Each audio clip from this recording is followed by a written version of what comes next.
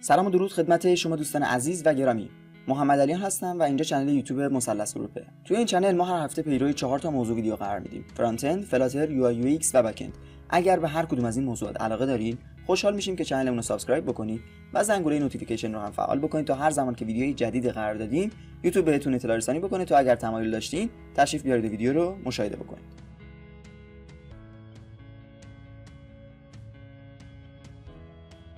قبل از اینکه بریم سراغ اصل مطلب، باید اعلام بکنم که کاونگار اسپانسر این اپیزوده و اگر نمیدونید کاونگار چیه، یک سرویس پیامکی هست که یه وب سرویس خیلی جامع و کامل دارن برای کار مختلف مثل اعتبار سنجی، تماس اینترنتی و کارهای از این قبیل که اونا رو تبدیل میکنه به یکی از بهترین انتخابا برای کارهای پیامکی توی وب اپلیکیشنتون، نرم افزار موبایلتون یا هر چیز دیگه وقتشه که بریم سراغ اصل مطلب. تا به اینجای کار من یک پروژه ایجاد کردم به اسم Account Verification Using Email. اگر package.json رو باز بکنم می‌بینید که دیپندنسی های بیکریپت، اکسپرس، اکسپرس سشن، مانگوس و نود میلر و یو آی دی رو اضافه کردم و اسم پروژه رو هم که همونطور که گفتم Account Verification Using Email گذاشتم. توی فایل server.js مانگوس رو ریکوایر کردم، اپ رو ریکوایر کردم که در واقع یک اپ اکسپرسیه و کانکت شدم به دیتابیسم که روی سیستم خودم هست، لوکالهاست 27017 و اسم دیتابیس هم اکانت وریفیکیشن گذاشتم و این آپشن ها رو هم دادم تا دیپریکیشن وارنینگ نداشته باشیم و توی دات ونش گفتم که روی پورت 3000 لیسن بکنه اپم و اگر وارد اپ بشم میبینید که اکسپرس رو ریکوایر کردم، اکسپرس سشن همینطور، بیکریپت هم همینطور. مدل یوزر که در واقع مدل یوزر هم اگر نگاه بکنیم فقط یه اتریبیوت ایمیل داره و پسورد که هر دوتا استرینگ رو ریکوایردن و ایمیل هم یونیکه و تایم استمپ هم برابر تورو قرار دادم که مقدارهای کرییتد اد و آپدیتد اد به مدلم اضافه بشه و خب اینجا مدل یوزر رو ریکوایر کردم، یه اپ اکسپرسی ساختم، اکسپرس سشن رو اینیشیالایز کردم و یه روت رجیستر ساختم که ایمیل و پسورد از بادی میگیره، ولیدیشن خاصی انجام نمیده، با استفاده از بیکریپت هششون میکنه و یک در واقع یوزر جدید رو ایجاد میکنه و توی دیتابیس ذخیره میکنه و در نهایت هم یه ریسپانس با استاتوس 201 با مسیج you are successfully registered ارسال میکنه و توی لاگین هم ایمیل و پسورد رو میگیره، چک میکنه که اگر ایمیل وجود داشت که چک بکنه آیا پسورد درسته یا نه و اگر در نهایت پسورد هم درست بود بگه که successfully لاگین شده کاربر و مقدار یوزر آیدی رو هم توی سشن قرار بده که برای ما نشانگر این باشه که کاربر لاگین کرده یا نه. یه نکته‌ای که همین الان متوجه شدم اینه که یه کاری رو فراموش کردم که انجام بدم و اونم اینه که از میدلور express.json استفاده بکنم برای پارس کردن بادی که در واقع ارسال میشه سمت روت رجیستر و لاگین. خب الان این کارم انجام شد، بریم که اپو اجرا بکنیم و ببینیم که همه چیز درست کار میکنه تا به اینجای کار یا نه. که خب من نودمان الان گلوبال نصب کرده بودم، server.js رو اجرا کردم و الان سرور من استارته. با استفاده از پستمن به روت لوکالهاست 3000 /register یه ریکوست پست ارسال میکنم که توی بادیش ایمیل برابر mralian.dev@gmail.com، پسوردم برابر very secure پسورد هست. سندو میزنم و پیام you are successfully registered همطور که میبینید برام نمایش داد. اگر وارد مونگودیبی کامپس بشم و به دیتابیس لوکالم کانکت بشم و توی اکانت وریفیکیشن کارکشن یوزرز رو باز بکنم باید دیتای من اینجا باشه که خب همینطورم هستش. میبینید پسوردم به شکل امن ذخیره شده و کرییتد ات و آپدیتد ات هم اضافه شده، ایمیلم که همینجا هستش. خب حالا بذارید لاگین رو هم چک بکنیم و ببینیم که لاگین هم با موفقیت انجام میشه یا نه. من آدرس رو کپی کردم و رجیستر رو با لاگین عوض میکنم و متدم میذارم پست، توی بادی هم را جیسون و همین رو ارسال میکنم و سندو میزنم و you are successfully logged in رو برای من نمایش داد و توی بخش کوکی هم یک کوکی به اسم مثلث SID اینجا ست شده و به نظر میاد که همه چی اوکی باشه. اگر پسوردم الان اشتباه بزنم میگه password is not correct و ایمیلم اشتباه بزنم میگه ایمیل not found و الان همه چی تا به اینجای کار اوکی. قبل از اینکه بریم سراغ ادامه بذارید دو تا نرم افزاری که تا الان استفاده کردیم رو بهتون بگم.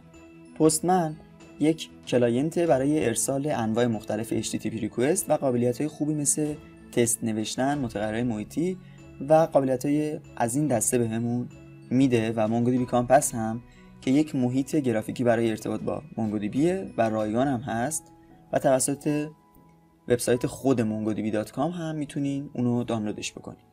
حالا بذارید ببینیم فرایند تایید حساب با استفاده از ایمیل چه شکلیه.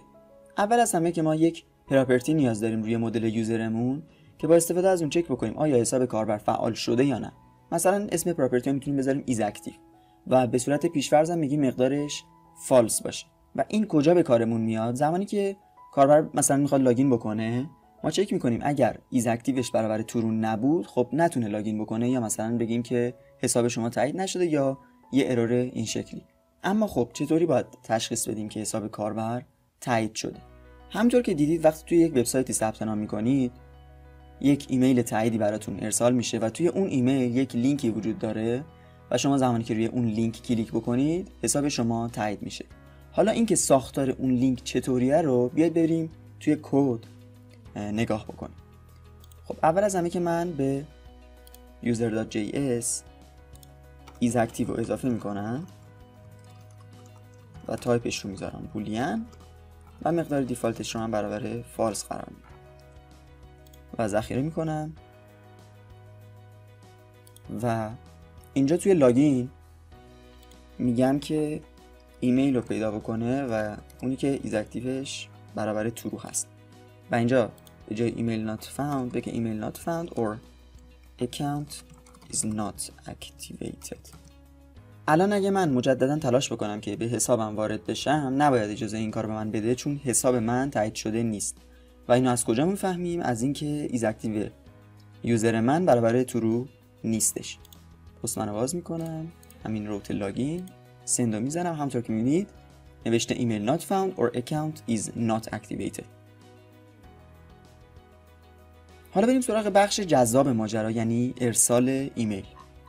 برای این کار از پکیج نود میلر استفاده میکنیم و من نود میلر رو اینجا ریکوایر میکنم و اگر وارد وبسایت نود میلر شما بشین، توی همون صفحه اول یک مثالی داده که در واقع با یک ایمیل واقعی شما سر و کله نمیزنین، بلکه یه صفحه وب رو بهتون میده که در واقع اونجا یک پیشنمایشی از ایمیل ارسال شدهتون رو بهتون نمایش میده و اگر شما واقعا یک SMTP سرور داشته باشین، ایمیل به درستی ارسال میشه و SMTP هم اگر نمیدونید یک پروتکل برای ارسال ایمیل. خب بذارین همین کد رو من کپی بکنم و توی روت رجیسترم پیستش بکنم. اینجا که اومده یک تست اکانت ساخته که باعث میشه همون صفحه وبی که بهتون گفتم رو نمایش بده و این هم که وصل میشه به اون SMTP سرور وبسایت و برای آثنتیکیشن هم testaccount.user و testaccount.pass قرار داده شده و برای ارسال ایمیل ما اینجا الان باید اطلاعات رو تغییر بدیم. خب اینجا که فرام من تعیین میکنم ارسال کننده ایمیل کیه. اینجا هم مثلا ایمیل خودم رو میذارم و اینجا میتونم تعیین بکنم که ایمیل به چه کسی یا به چه کسانی ارسال بشه. الان اینجا به 2 نفر ارسال میشه ولی من میخوام به user.email ارسال بشه و سابجکتش هم میذارم verification. تکست تعیین میکنه که توی حالت پلین تکست چه متنی رو نمایش بده.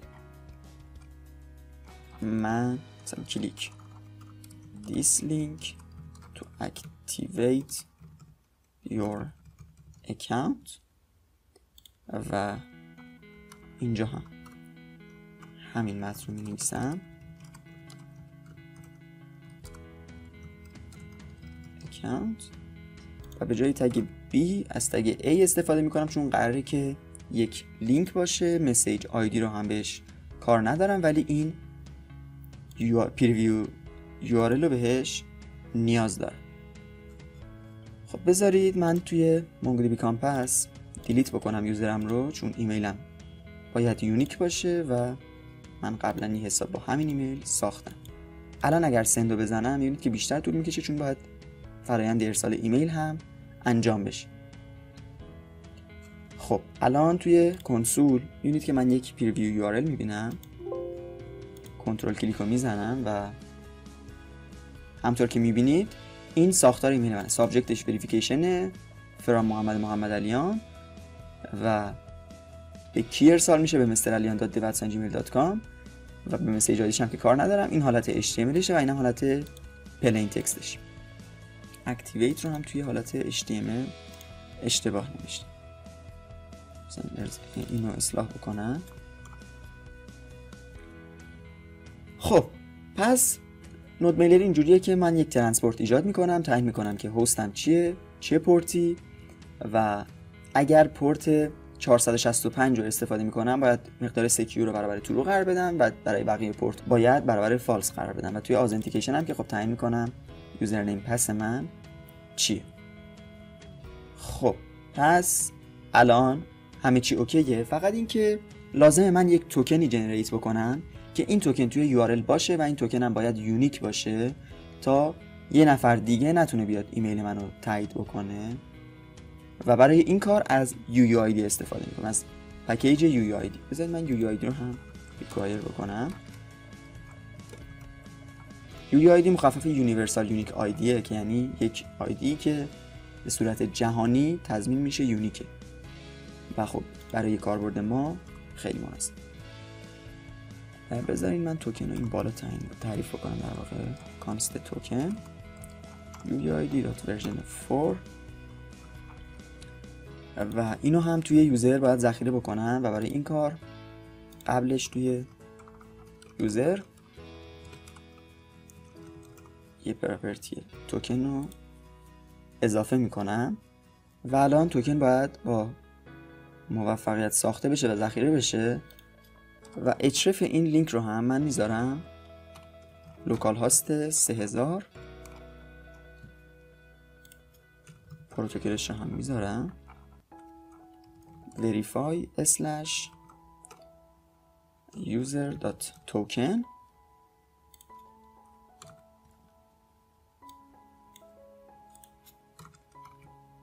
و الان من روت verify رو هم ایجاد میکنم app.get/verify/2.token request to response. اینجا async میکنم چون میخوام از await استفاده بکنم. کانست user مساویه با await user .find one and update و request.params.token بر این اساس پیداش بکن و ایز اکتیوش رو برابر ترو قرار بده و همچنین توکنش رو هم میخوام آنست بکنم $onset توکن و جلوش هم یه مقداری میذارم، مثلا یه مقدار خالی و حالا میگم اگر یوزری وجود داشت ریترن بکن response .json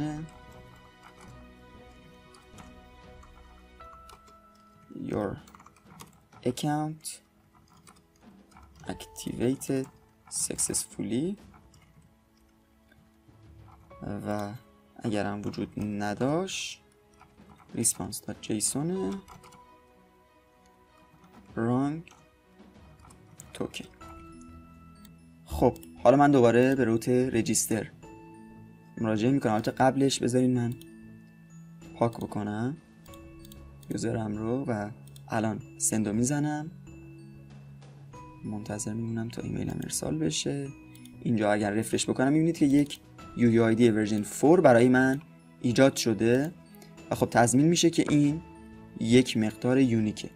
و اگر الان کنسول رو نگاه بکنم و روی پریویو ایمیلم کلیک بکنم میبینید که توی حالت HTML اینجا لینک شده و اگر روی لینک کلیک بکنم میبینید که مسیج your account activated successfully برای من میاد و اگر الان رفرش بکنم ایز اکتیو من برابر ترو هست و توکنم آن ست شد. اگر همینو من رفرش بکنم میبینید که مقدار مسیج رانگ توکن رو بهم نمایش میده. اما بذارید یه لول امنیتش رو بهتر بکنیم. برای این کار من میام کتابخونه کریپتو رو ریکوایر میکنم و اینجا به جای اینکه توکن رو مستقیما ذخیره بکنم توکن رو هش میکنم و این کار رو با استفاده از کریپتو .create hash الگوریتم SHA-256 و از متد آپدیت استفاده میکنم تا مقدار رو بهش بدم. و خب مقدارم نمیخوام صرفا همین UUID باشه، میخوام یه سالتی هم بهش اضافه بکنم، یه مقداری به اول و آخرش هم اضافه بکنم که باعث بشه امنیتش بیشتر بشه. و خب تا زمانی که کسی این سالت رو نداشته باشه عملا نمیتونه بروت فورس هم بکنه تایید کردن حسابش رو. و در نهایت هم دایجست هگز. و خب الان با همین اقدام ساده یه لول امنیت این داستان رو بهتر کردیم. بذارید من مجددا دیلیت بکنم یوزر رو، بزنین آپدیت رو بزنین کنسل دیلیت و اگر سند رو بزنم الان و توی کنسول منتظر بمونم ایمیل الان اینجا میاد، اوپن رو بزنم میبینید که با دفعه قبلی URL فرق میکنه ولی خب همچنان داره کار میکنه و مجددا هم رفرش بکنم میگه رانگ توکن چون توکن من آن ست شده و الان من میتونم با حسابم لاگین بکنم. قبل از اینکه خداحافظی بکنم میخوام چند تا اصلاحیه انجام بدم. اول از همه که توی ادیت من متوجه شدم اینجا رو من در واقع اینا رو دورش قرار نداده بودم که باعث میشد دقیقاً استرینگ UUID.version 4 پرانتز باز بسته باشه که این باعث میشد هر کس جدیدی که ثبت نام بکنه توکنش در واقع یک چیز واحد باشه و خب این اون چیزی نیست که ما میخوایم. نکته بعدی این که اینجا من بذارین استاتوس 404 بدیم چون توکنش اشتباهه و مثلا استاتوس 404 میتونه یک استاتوس کد مناسب باشه و برای زمانی که شما فایند بانن آپدیت استفاده میکنید برای اینکه دیپریکیشن وارنینگ نگیرید یوز فایند اند مودیفای باید برابر فالس قرار بدین که این کارم انجام میدم. و بذارین حالا مجددا تست بکنیم، این دفعه با 2 تا ایمیل ثبت نام بکنیم. من الان که نمیتونم لاگین بکنم چون پاک کردم حسابمو. این از یکی از ایمیل ها مستر علیان ای هم مثلا میخوام ثبت نام بکنم. اگر توی دیتابیس رفرش بزنم میبینید که مقدار توکن متفاوت هست که همینطور هم باید باشه.